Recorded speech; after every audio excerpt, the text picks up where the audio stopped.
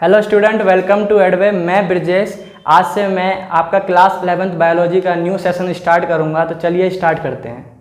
तो स्टूडेंट, हमारा चैप्टर का नाम जैसे कि cell cycle and cell division है। तो सबसे पहले हम सेल के बारे में बात करेंगे कि सेल होता क्या है।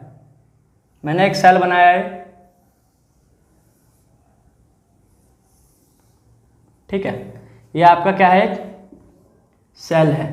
सेल के अंदर आपको पता होगा क्या होता है? न्यूक्लियस होता है, ठीक। ये क्या है आपका? ठीक है, ये न्यूक्लियस है। उसके बाद हम बात करेंगे, ये जो आपको सेल की वॉल दिख रही है या फिर मेम्ब्रेन दिख रही है, ये सेल वॉल और सेल मेम्ब्रेन। सबसे पहले हम सेल के बारे में बात करेंगे। सेल होता क्या है? सेल को मैं बोलूंगा it is a type of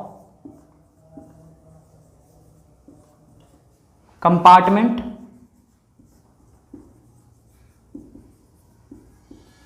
या फिर बोल दूंगा मैं इसको चैम्बर। देखो, मैंने कंपार्टमेंट और चैम्बर इसको क्यों बोला? क्योंकि सेल के अंदर कुछ अलग रिएक्शन चलती है और सेल के बाहर आपको पता होगा आउटरी इन्वायरमेंट में क्या होता है, वाटर ही वाटर होते हैं ना, सिर्फ वाटर होते हैं। तो वाटर से डिफ्रेंशिएट कर रहा है हमको, यहाँ अलग रिएक्शन चल रहे होंगे, ठीक है। सेपरेट करता है ना, ये सेपरेट करेगा आउटर इन्वायरमेंट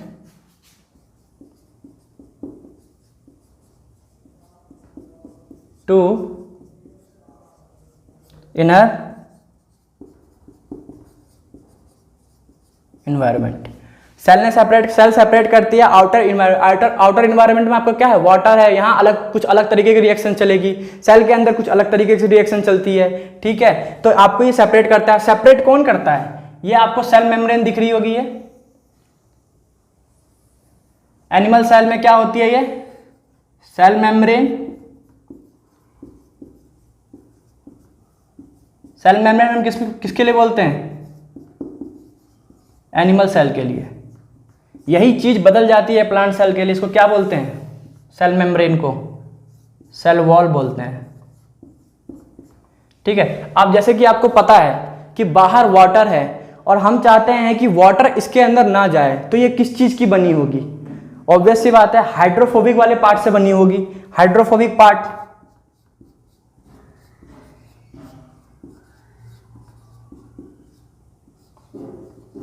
हाइड्रोफोबिक पार्ट जो होता है वो आपका होता है लिपिड। तो यहां से मैं एक चीज बोल सकता हूं कि आपका जो सेल मेम्ब्रेन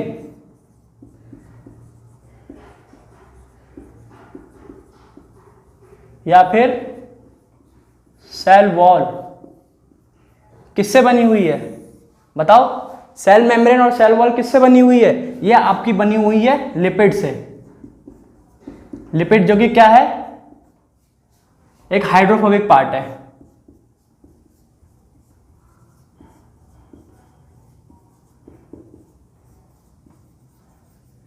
हाइड्रोफोबिक पार्ट मतलब वाटर रिपेलिंग है। क्या है ये?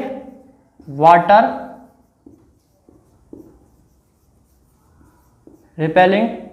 रिपेल पार्ट है। तो स्टूडेंट जल्दी से इसका स्क्रीनशॉट ले लो। तो स्टूडेंट, सेल के बारे में तो हमने थोड़ा सा जान लिया।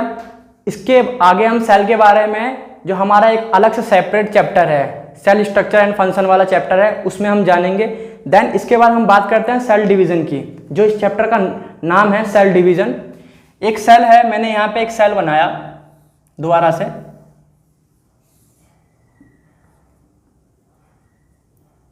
सेल के अंदर क्या प्रेजेंट होते हैं? न्यूक्लियस। ये आपका है सेल। सेल के बाहर ये आपका है सेल मेम्ब्रेन या फिर सेल वॉल।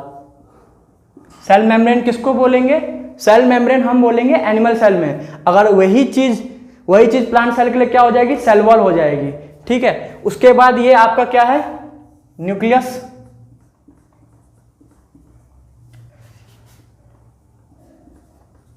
न्यूक्लियस जिसको हम बोलते हैं न्यूक्लियोसोम, ठीक है। उसके बाद आपको पता होगा ये जो सेल के बाहर जो न्यूक्लियस के बाहर जो स्पेस रह जाता है इसको हम बोलते हैं साइटोप्लाज्म।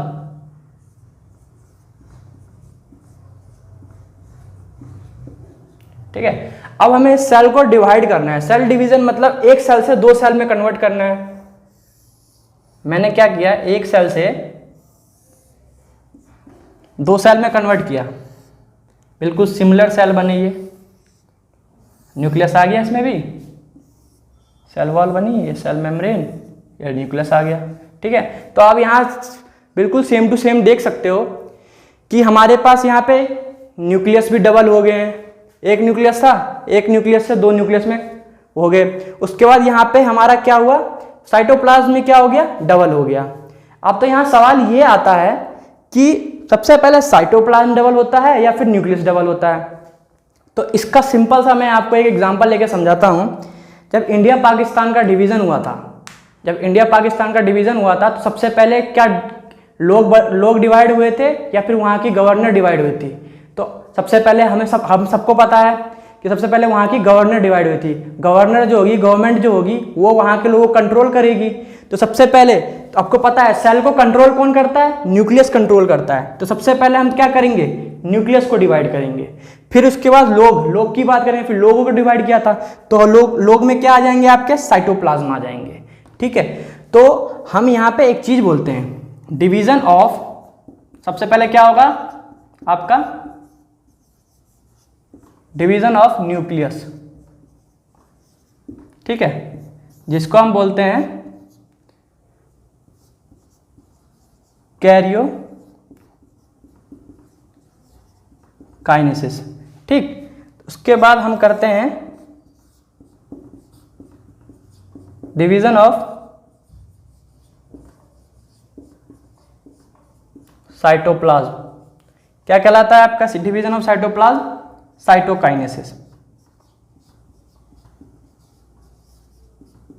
देखो यहाँ पे इस जो वर्ड है यहाँ पे भी इसका मतलब छुपा हुआ है। कैरियो मतलब न्यूक्लियस, काइनेसिस मतलब डिवाइड करना, साइटो मतलब साइटोप्लाज्म, और ये काइनेसिस मतलब डिवीजन कर रहे हैं। तो जल्दी से इसका स्क्रीनशॉट ले लो। तो स्टूडेंट, आई होप कि आपको ये इंट्रोडक्शन समझ में आया होगा। इससे आगे हम अपना चैप्टर कंटिन्यू करेंगे। तब तक इस चैनल को लाइक कीजिए, सब्सक्राइब कीजिए और पढ़ते रहिए। Thank you so much.